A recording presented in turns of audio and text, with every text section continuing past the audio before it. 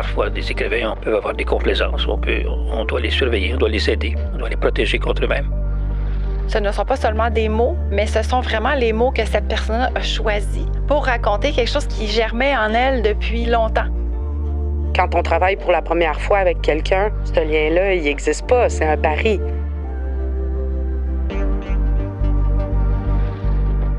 On pourrait croire que l'édition est un travail du texte, mais c'est d'abord et avant tout un travail de relations humaines. Les éditeurs et éditrices sont des spécialistes de la vision d'une œuvre. Ce sont tout simplement les gardiens et gardiennes de nos voies littéraires. Ça semble simple, mais croyez-moi, c'est loin de l'être. L'édition demande une grande écoute et une flexibilité totale. C'est un travail minutieux, et je parle pas ici de pointer les incohérences ou corriger les fautes. Je parle de tisser un solide lien de confiance avec les auteurs et autrices, dans le respect et la bienveillance. Les métiers de l'édition sont méconnus. Pourtant, si on arrive à se plonger dans des univers extraordinaires en ouvrant nos livres préférés, eh bien, c'est grâce à leur travail. Quel est le secret? Je m'appelle Catherine Emmanuelle Brunet et je vous propose une incursion inédite au cœur des maisons d'édition du Québec, là où le goût du risque et la passion font naître le meilleur de notre littérature. Confiance, Échange, direction, sens, plaisir, échange, confiance, rire, Empathie. empathie. Secret d'édition, épisode 3. Accompagné.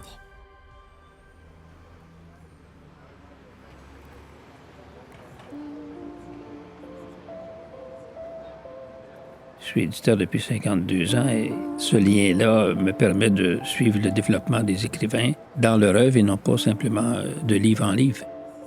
Pierre Filion est éditeur depuis bientôt 50 ans. Il connaît son métier comme personne. C'est une de nos mémoires éditoriales et littéraires du Québec. C'est lui qui est à la barre de la maison Leméac, où il accompagne le romancier et dramaturge Michel Tremblay. Et c'est tout un travail, puisque l'œuvre colossale de Michel comprend plus de 30 romans et 40 pièces de théâtre.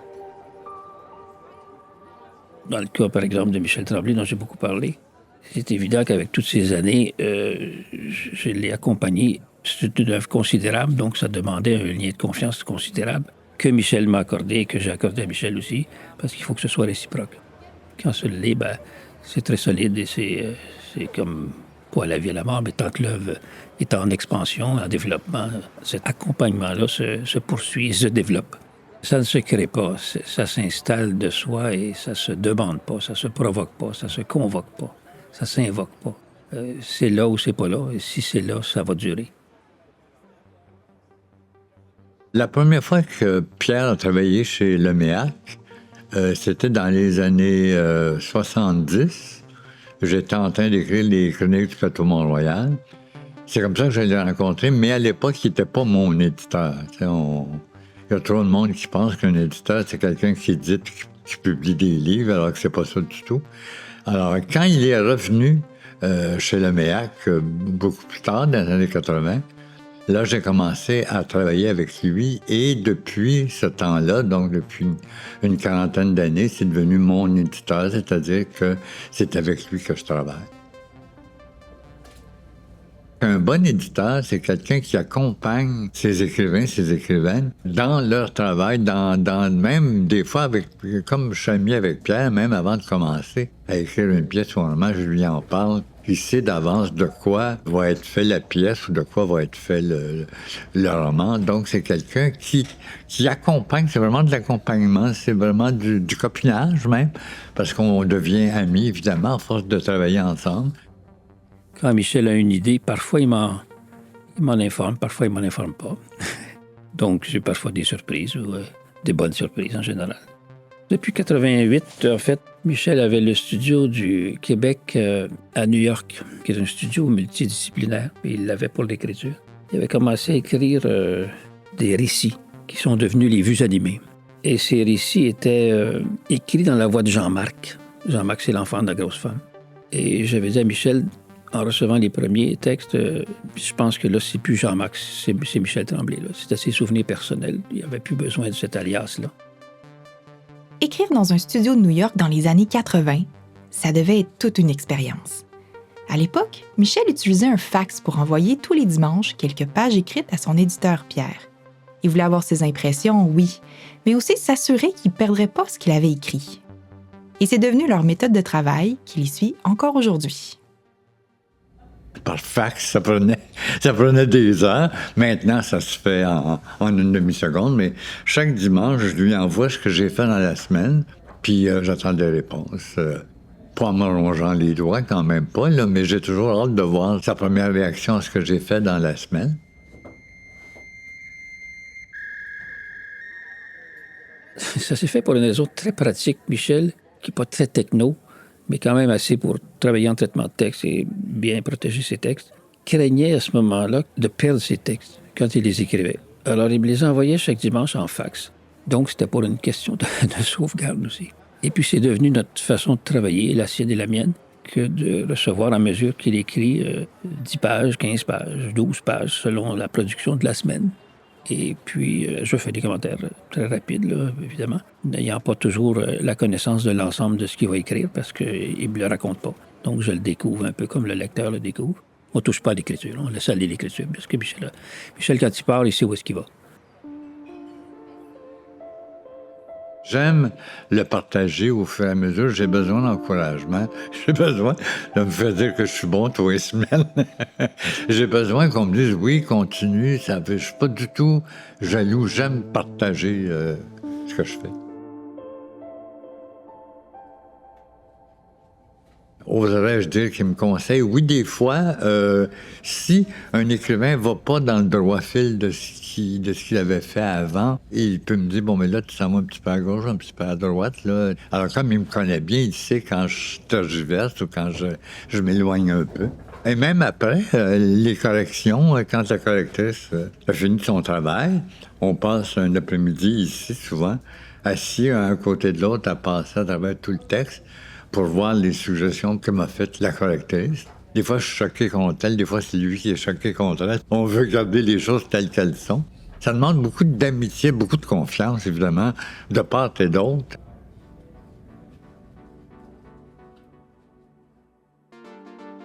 Le lien de confiance, il est essentiel et il doit s'instaurer très rapidement, puis je dirais même bien avant le début du travail sur le manuscrit.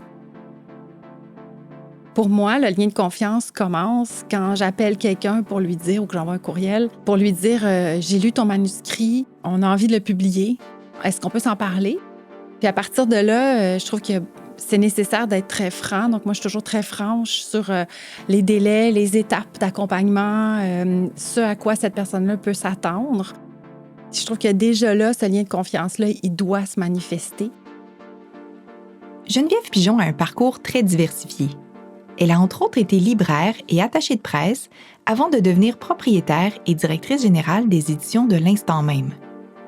C'est une maison d'édition qui publie de la nouvelle, des essais, du théâtre, des romans et du récit. Le nom de la maison évoque la notion de lire pour faire durer l'instant, pour échapper à l'usure du temps. La façon dont je perçois mon rôle, c'est un petit peu de pousser la personne dans ses derniers retranchements, presque. Donc, la pousser un petit peu au pied du mur, puis de forcer cette personne-là à me dire, écoute, tu me suggères des modifications, tu me dis que tel paragraphe n'est pas tout à fait équilibré, mais moi, je l'aime comme ça. Je pense que je veux le garder comme ça. Ultimement, c'est l'auteur, c'est l'autrice qui décide. Mon travail à moi, c'est de forcer cette personne-là à prendre une décision puis à valider ou non ce qu'il y a sur la page. Donc, au-delà des fautes puis du travail de grammaire, on travaille sur les incohérences aussi. On peut dire, ben, tu sais, ton personnage, je sais pas moi, tu nous annonces que là, il y a les cheveux longs puis il y a 3 pages, il y avait les cheveux courts. Je pense pas que ce soit écoulé 6 mois entre ces 3 pages-là. Donc, qu'est-ce que, tu sais, il faut régler ce problème-là? Fait, il y a des problèmes comme ça qui sont factuels, qui sont faciles. Dans d'autres cas, on peut dire à quelqu'un, la fin, là, ça marche pas. Le premier projet que j'ai mené, je dirais, de A à Z, c'est-à-dire de la conception de la couverture jusqu'à l'impression, c'est un roman qui s'appelle De vengeance, d'une autrice qui s'appelle J.D. Kurtness. De vengeance est un premier roman assez percutant. On est autour de la thématique de la haine et de la colère vengeresse, soutenue par une narratrice atypique qui donne froid dans le dos. Donc, c'est un manuscrit qui avait été accepté avant que je devienne propriétaire, mais le hasard a voulu qu'au moment de devoir travailler sur ce projet-là, c'était rendu à mon tour. Julie, c'était son premier roman aussi. Donc, ça a été vraiment un baptême du feu qui a super bien fonctionné. Mais je m'en souviens. Je m'en souviens encore. Je me souviens de la pression que je me mettais là, de bien faire les choses. Ouais. Puis en fait, j'ai réalisé que dans cet accompagnement-là avec Julie, il y a des choses que j'aurais pas pensé apprécier puis que finalement, j'ai adoré. Par exemple, le choix de la couverture, mais aussi le plaisir de travailler avec quelqu'un puis d'être capable d'accompagner, de faire des suggestions, de travailler sur certains termes et que ça se fasse d'une façon très organique, en fait, très dynamique, avec des échanges, là, sans qu'il y ait de délai très stressant. Quand ce livre-là est sorti puis que ça a eu un bel écho, je me suis dit, effectivement, j'ai l'impression que je peux être utile et en même temps, c'est l'autrice qui a brillé dans une certaine mesure. Puis moi, ça me convenait parfaitement.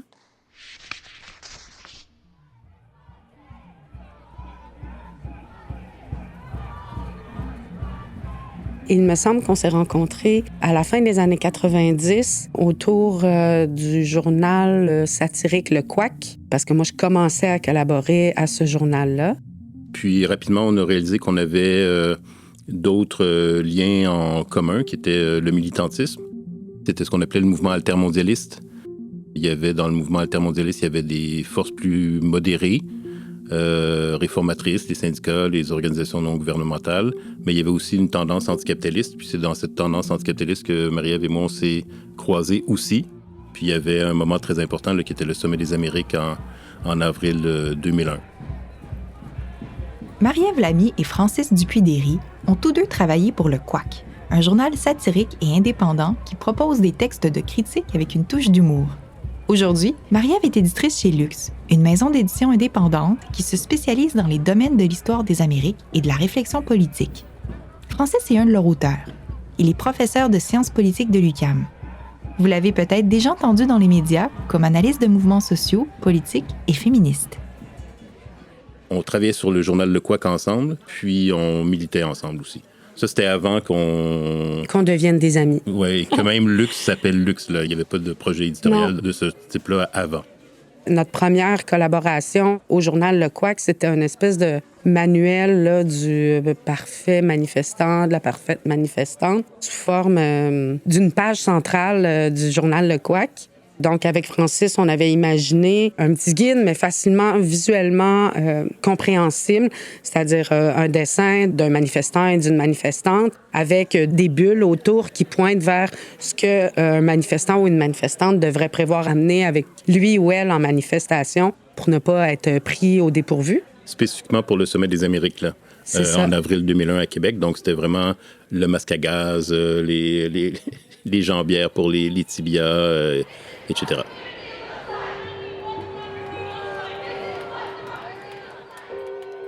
Cette page centrale-là, c'est même transformée en affiche que les gens se sont mis à copier, à photocopier et à placarder dans les rues de la ville de Québec. Donc, notre premier grand succès. Oui, c'est ça.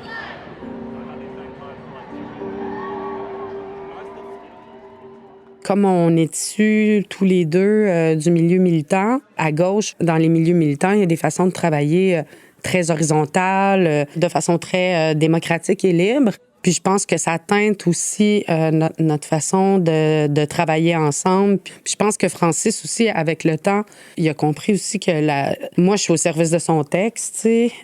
Pour les questions politiques, comme on est issus des mêmes milieux, qu'on est issus du même positionnement politique, ça permet que je vois des zones d'ombre que peut-être lui n'avait pas vues, mais que d'autres n'auraient pas vues non plus parce qu'il n'y a pas les mêmes connaissances sur le plan des idées politiques, par exemple, de la gauche ou de l'extrême gauche. C'est pas tous mes livres qui sont sur des sujets nécessairement polémiques, mais c'est sûr que, par exemple, un des premiers que j'ai fait chez Luxe, c'était un livre sur les Black Blocs. Donc, les Black Blocs, c'est cette tactique-là qui consiste à se vêtir de noir en manifestation. C'est associé à l'anticapitalisme. Puis autour du Sommet des Amériques, du mouvement altermondialiste, là, il y avait eu beaucoup de manifestes qui avaient circulé sur le web, en anglais surtout.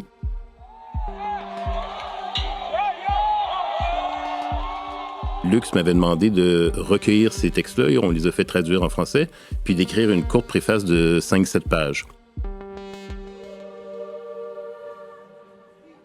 Donc, finalement, je suis arrivé avec une préface de 80 pages, après avoir fait des vingtaines d'entretiens avec des mondes qui avaient participé au Black Bloc. Donc, c'était pas exactement le projet qui était attendu.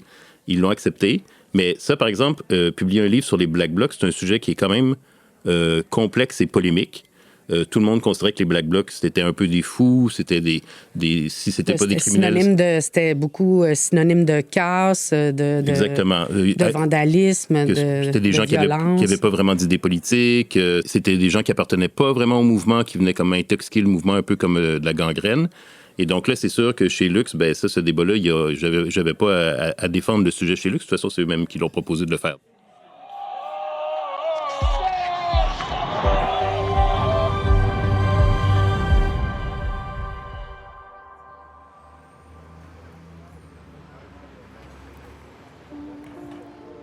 Il faut que la confiance soit presque absolue, là. C'est-à-dire, ça se mesure plus, à un moment donné, ça s'appelle plus la confiance, ça s'appelle un lien d'amitié dans le travail.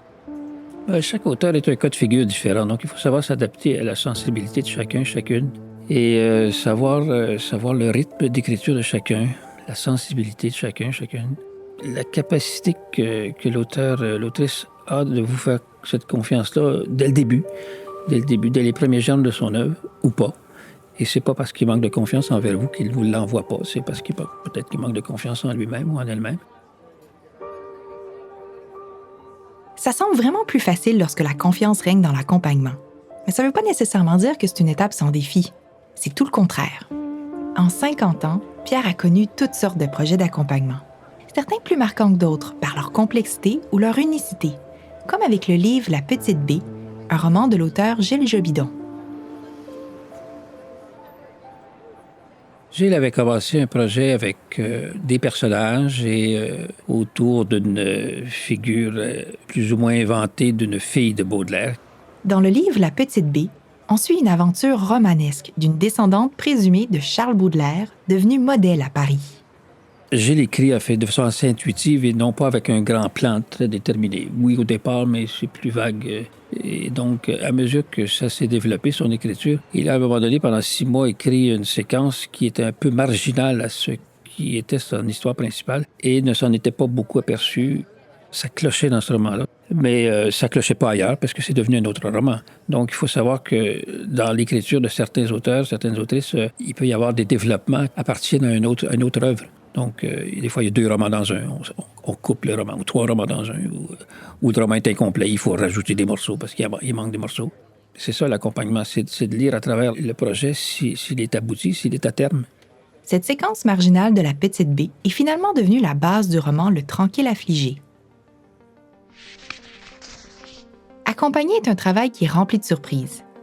Il faut savoir se sortir de sa zone de confort, comme Geneviève Pigeon l'explique en parlant de l'édition d'un genre littéraire qui est très particulier. Le théâtre, c'est un genre littéraire qui, je pense, sera ma grande lutte, et ça, jusqu'à ce que je prenne ma retraite peut-être un jour. Accompagner des dramaturges qui passent d'un travail de représentation sur scène à un travail écrit, c'est un travail monumental et fascinant. D'une part, parce qu'il y a beaucoup d'oralité dans le théâtre. Donc, nous, ce qu'on retranscrit, ce sont des paroles qui sont prononcées sur scène au Québec. Et même dans une pièce de théâtre au Québec, sur scène, il y a plusieurs niveaux de langage. Donc, un personnage pourrait massacrer son français puis être en conversation avec un autre personnage qui a un super bon niveau de français. Nous, il faut qu'à la lecture, qu'on ressente cette distance entre les personnages. Il y a des régionalismes aussi, des fois, qui se manifestent. Il y a toute la question du rythme. Nous, quand on prend une pièce de théâtre puis qu'on la publie, je peux pas dire à l'auteur « Hey, là, tel verbe, là, ça marche pas. » C'est ça qui se dit sur scène. On est obligé de l'accepter puis de le travailler. Donc, en termes de rythme puis en termes de mise en page puis de travail sur la structure, on est prisonnier de ce qui se dit sur scène et on doit l'adapter pour que ce soit agréable à la lecture. Et parfois, la structure est déjà bien complexe, même sur la scène. C'est le cas de la pièce « Je viendrai moins souvent » de Camille Paré-Poirier, une œuvre unique et touchante née d'un dialogue intergénérationnel entre Camille et sa grand-mère Pauline. C'est une pièce pour laquelle, sur scène, l'actrice, qui est aussi l'autrice, elle est seule. Donc, elle est seule sur scène, il y a un accompagnement musical. Donc, elle raconte des entrevues qu'elle a menées avec sa grand-mère, alors hospitalisée en CHSLD. Et donc, sur la scène, Camille parle, raconte ses trucs, et en voix off, finalement, dans les haut-parleurs, on entend les enregistrements qu'elle a fait avec sa grand-mère. L'âge que tu as, je l'ai eu, puis l'âge que j'ai, tu vas l'avoir. Ce qui veut dire qu'il y a deux sources de son, deux sources de paroles sur scène. Évidemment, si on est dans la salle, c'est super simple à comprendre. Hein? Il y a une voix dans un haut-parleur, puis là, il y a la fille qui parle sur scène. Comment on rend ça dans un livre? Comment on s'arrange pour que ce soit clair d'où vient la parole qu'on est en train de lire?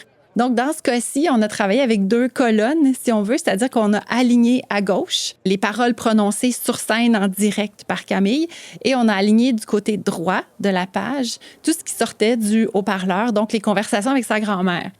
Et donc, il a fallu trouver une solution pour que ce soit clair sur la page et que le lecteur soit capable de s'imaginer d'où viennent ces paroles-là. Cette complexité d'édition que décrit Geneviève a aussi été vécue par Pierre Filion à travers son travail avec certains auteurs et autrices de théâtre. Parfois, les écrivains retouchent un peu les écritures. Il m'est arrivé très souvent de faire des deuxièmes versions et puis des nouvelles éditions, etc. Parlant de reprise de texte, c'est quelque chose que Pierre a bien connu, notamment à travers l'accompagnement de l'auteur et homme de théâtre Wajdi Mouawad. Wajdi est un écrivain fantastique qui est un travailleur épouvantable. Ça ne se mesure pas, son travail. C'est gigantesque, là. De reprise, de correction. Mais lorsqu'on arrive à la publication du texte qui a été créé quelques mois avant, comme Racine carrée du verbette qu'on vient de faire, il prend le temps de laisser se déposer le texte. Et puis, moi aussi, je rentre dans le texte sur un mode aussi... pas interventionniste, mais je peux questionner le texte autant, même s'il a été joué sur la scène. Donc, c'est pas tous les auteurs qui aiment ça. C'est parce que ils disent, ben alors, tu vois, on publie ce qui a été joué. Mais on peut aussi publier un peu différemment de ce qui a été joué là. Il y a des écrivains qui aiment faire la version éditée, puis après ça, il y a une version jouée. Donc, c'est un accompagnement qui est différent un petit peu. Ce que décrit Pierre s'est avéré particulièrement vrai pour l'œuvre Anima de Wajdi. Mais chaque auteur et autrice travaille différemment. Il faut savoir s'adapter. En général, le travail d'accompagnement par rapport à Francis, d'abord, il me propose un projet souvent avant même qu'il soit né. Je dis oui, non, oui, ça m'intéresse, on jugera sur pièce. On regarde la structure ensemble. C'est déjà arrivé que Francis arrive avec un livre dont on avait accepté, qu'on avait accepté de publier, mais qu'on n'avait pas encore le manuscrit complet. Puis que finalement, on a tout rebrassé. Et puis la structure a été complètement éclatée. En fait, on a choisi de ne pas donner de structure au livre, ou presque pas. Je dirais celui que j'ai peut-être bousculé le plus, Francis. Nous n'irons plus aux urnes sur le vote et l'abstention. Qui, justement, Francis m'était arrivé avec un manuscrit, structure très classique, là. Introduction, chapitre, X, Y, Z, chapitre 1, 2, 3, 4 et conclusion. Je lisais, puis au fil de ma lecture, il y avait quelque chose qui accrochait, j'arrivais pas à bien saisir c'était quoi. Puis à un moment donné, je me suis aperçue que la forme fonctionnait pas.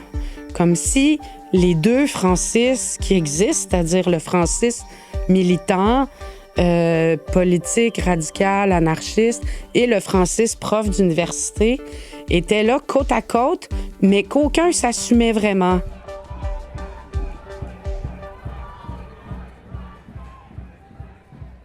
C'était redondant, ça fonctionnait pas, ça manquait de dynamisme. Je lui ai dit ça, que c'était le sentiment que j'avais eu en lisant, tu sais, de cette dichotomie-là entre les 2 Francis qui s'assumaient pas. Puis j'ai dit là, je pense que là, c'est le temps que tu assumes ton côté militant, tu sais, vas-y, tu y crois pas au vote, t'es abstentionniste, défends-la, cette position-là. Moi, mon père était éditeur quand j'étais jeune. Je comprenais pas du tout c'était quoi son métier. Il disait qu'il était éditeur, qu'il faisait des livres. Pour moi, c'était un petit peu abstrait, là. Mais moi, j'ai toujours compris qu'il y a un nom sur le livre, c'est le nom de l'auteur, mais qu'un livre, on le fait pas tout seul. Marie-Ève, c'est pas ma première lectrice parce que j'essaie de le faire lire à 1 ou 2 personnes avant de soumettre le manuscrit, mais c'est la première lectrice qui est la plus importante. Puis moi, si l'éditrice me dit ton livre fonctionne pas, je vais pas commencer à me battre pour essayer de démontrer que le livre fonctionne. Là, c'est perdu d'avance. Si l'éditrice dit qu'il fonctionne pas, ça veut dire qu'il faut retravailler et qu'on a raté notre coup. On est mieux quand on nous dit que ça fonctionne. Je dis pas que c'est comme plaisant.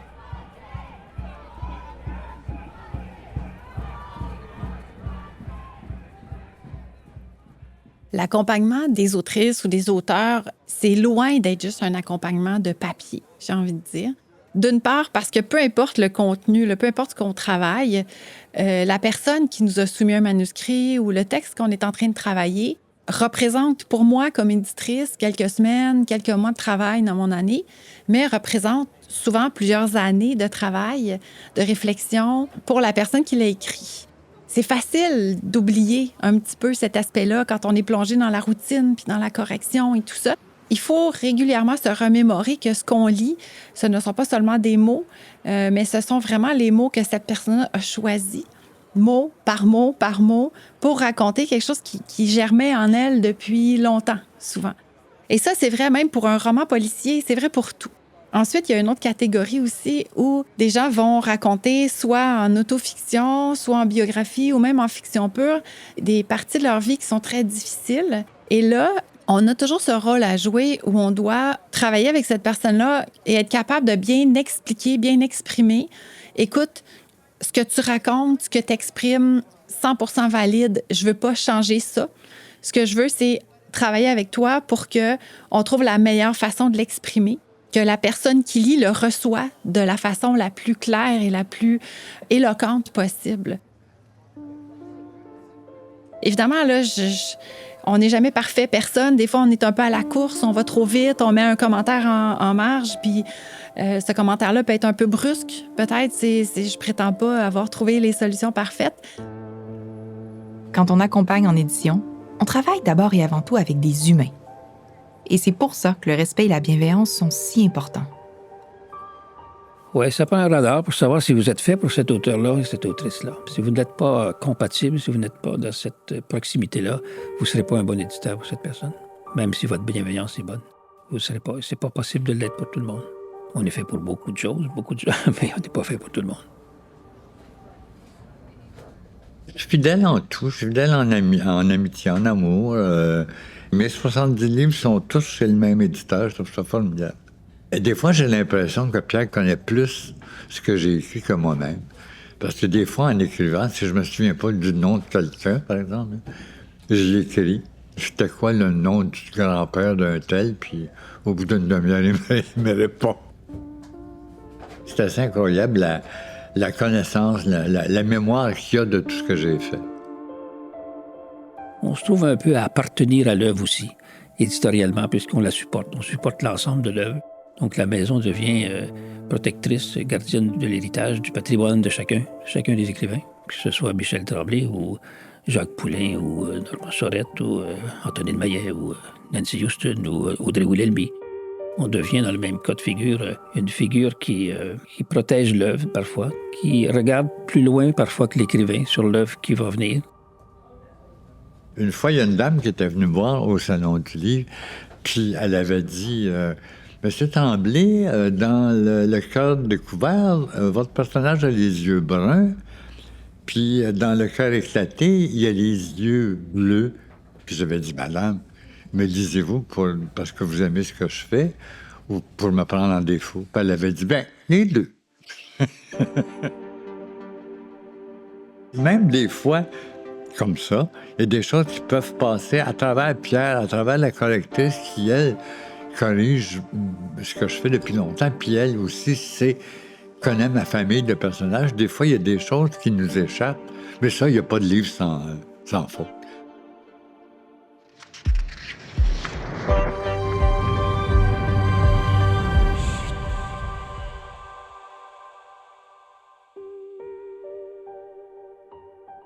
Un exemple qui me revient souvent en tête quand on parle d'accompagnement, de bienveillance, c'est un roman qui s'appelle Si Margot de Marielle Giguère. C'est un roman qui raconte des faits qu'elle a vécus. Donc, elle a romancé, c'est une autofiction, 2 événements tragiques. Le premier étant qu'elle a fait une fausse couche parce qu'elle était enceinte d'une 20aine de semaines, puis au moment de faire le test pour la myosynthèse, Le médecin qui a rentré l'aiguille là, pour aller prélever du liquide amniotique a percé la membrane et elle a percé la peau du bébé. Et donc, le bébé est mort. Margot, la petite fille dont elle était enceinte, s'est vidée de son sang. Sauf que ça s'est passé juste avant Noël. Et donc, à ce moment-là, ce qu'il faut faire, c'est provoquer un accouchement. On ne peut pas sauver le bébé. Et comme c'était Noël et tout ça, ils ont dit, en fait, il va falloir que tu reviennes dans 2 semaines.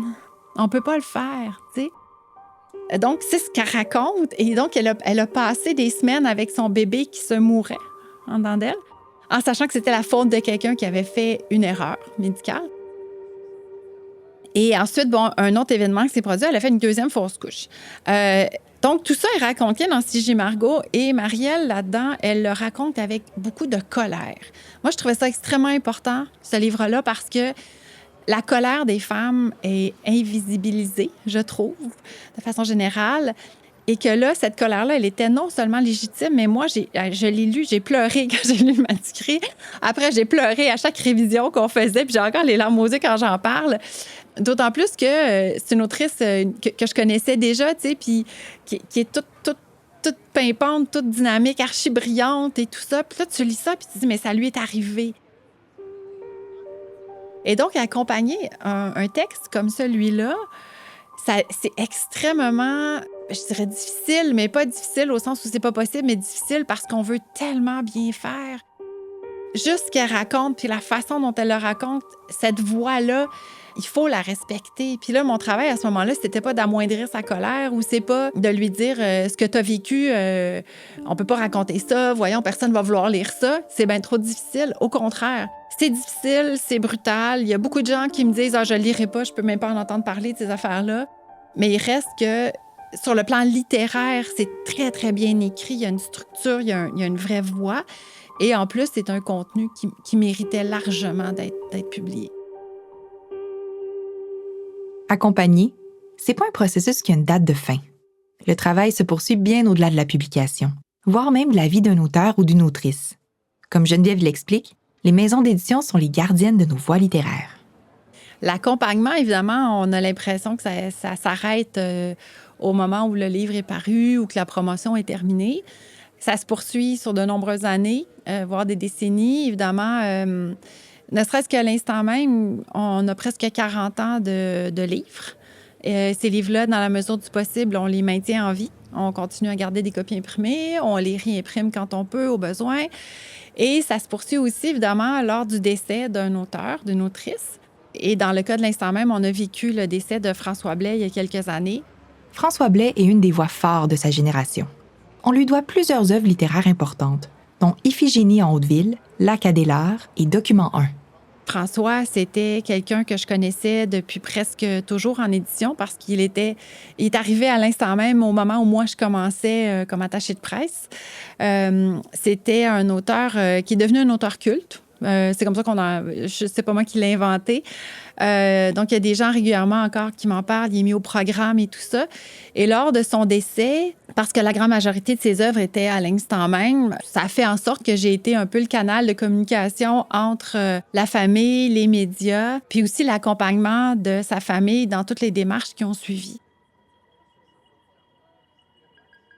Pour moi, c'est un auteur extraordinaire. C'est quelqu'un que j'ai apprécié incroyablement, que j'avais du plaisir à voir dans tous les salons du livre. On s'écrivait des niaiseries, on a joué à Candy Crush un contre l'autre. C'est quelqu'un qui était très timide et très retiré, mais qui a eu une présence importante. Et une façon de continuer d'accompagner l'œuvre, au-delà de seulement garder les livres présents actifs, c'est aussi, par exemple, de les faire traduire. Donc, depuis le décès de François, il y a des livres qui ont été traduits en italien, en espagnol et en arabe. Ça me fait toujours plaisir que des livres soient traduits, mais là, j'ai un plaisir supplémentaire, j'ai envie de dire, puis je peux pas m'empêcher à chaque fois, là, quand je reçois le papier, là, j'y parle à François. Je garde, là, tu sais, garde là ce qu'on a fait, garde ce que tu as fait, là, t'as été petit, t'as été publié en italien, t'as rendu compte? Je le dis, j'y parle à voix haute. Il est encore très présent dans notre bureau. Je pense que ça fait partie de la fonction d'une maison d'édition. On est là aussi pour transmettre un patrimoine puis garder une mémoire active.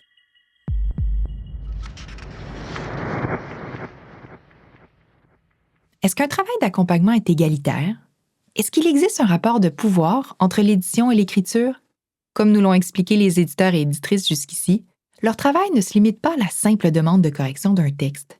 On est davantage dans la collaboration, la discussion et l'échange lors de la création. Il y a quelque chose au niveau des relations humaines qui est peut-être pas tout à fait égalitaire dans un rapport entre une éditrice et un éditeur, même si on a une relation d'amitié de longue durée et qu'on a des rapports militants, je pense quand même que l'ego et l'affectif, il est plus du côté de l'auteur quand même. Je pense que Marie-Ève prend probablement plus soin de moi que l'inverse, parce que l'auteur, c'est quelqu'un qui a quand même un ego. On pense que c'est mon livre qui doit fonctionner. J'imagine que là, au niveau de la bienveillance, c'est peut-être pas tout à fait équivalent. Tu peux pas savoir à quel point je suis contente que tu dises ça. Parce que je trouve qu'on entend souvent l'inverse, en fait. C'est-à-dire que le rapport de force, il est toujours envers l'éditeur parce que l'éditeur a le choix de dire non. Mais je m'excuse, mais c'est pas vrai qu'on a toujours le choix de dire non. On pourrait, tu sais, mais c'est pas comme ça que ça se passe. C'est plus compliqué que ça. Surtout quand on a des auteurs avec qui on travaille depuis longtemps. Si son texte il n'est pas à la hauteur à un auteur ou une autrice, c'est pas évident de dire non, là, tu sais, c'est vraiment pas évident, tu sais. Si on reçoit un texte que l'auteur ou l'autrice, il n'a pas mis les formes, par exemple, n'a pas fait tel effort, et qu'il faut travailler 3 fois plus, comme si on faisait 3 livres, on va le faire, tu sais, mais on s'épuise au prix d'autre chose, de ne pas faire tel autre projet. Je trouve que c'est le genre d'aspect dont on parle assez peu du métier d'éditeur. Parfois, le rapport de force est à l'avantage des éditeurs ou de l'éditeur, puis parfois, il est à l'avantage de l'auteur, mais c'est clairement pas tout noir ou tout blanc, tu sais, c'est jamais juste un côté, un de l'autre, tu sais. Pour souligner l'importance du travail d'édition dans mes livres, j'ai commencé, dans les essais, on a souvent une section à la fin, là, c'est remerciements. Et puis maintenant, je mets le nom de Marie-Ève dans les remerciements. Puis au début, Marie-Ève, elle disait, non, mais pas mon nom, c'est publié. C'est ma job. C'est ça mon travail, il y a le logo de luxe dessus, c'est correct. Puis je disais, non, mais c'est parce que en fait, sans ton travail, le livre, il serait pas pareil, là. Lorsqu'un éditeur ou éditrice décide de publier un texte, le travail qui s'ensuit est colossal. C'est une vaste collaboration remplie de défis et d'apprentissages qui s'installent. Et comme nous l'ont si bien raconté Michel Tremblay et Pierre Filion des éditions Leméac, Francis Dupuy-Derry et Marie-Ève Lamy de chez Luxe Éditeur, de même que Geneviève Pigeon des éditions de l'Instant même, cet accompagnement est toujours nourri par les relations humaines tissées avec les auteurs et autrices. À la fin, on a un texte fort, prêt à rejoindre son public. Ou presque. Il reste encore l'élaboration du support où prendra forme l'écrit. C'est l'étape du façonnage, qu'on découvrira au prochain épisode. Secret d'édition est un balado produit par l'Association nationale des éditeurs de livres, réalisé par Francis Thibault et animé par Catherine-Emmanuelle Brunet. Ce projet est réalisé grâce au soutien financier du gouvernement du Québec et de la Caisse de la culture des Jardins.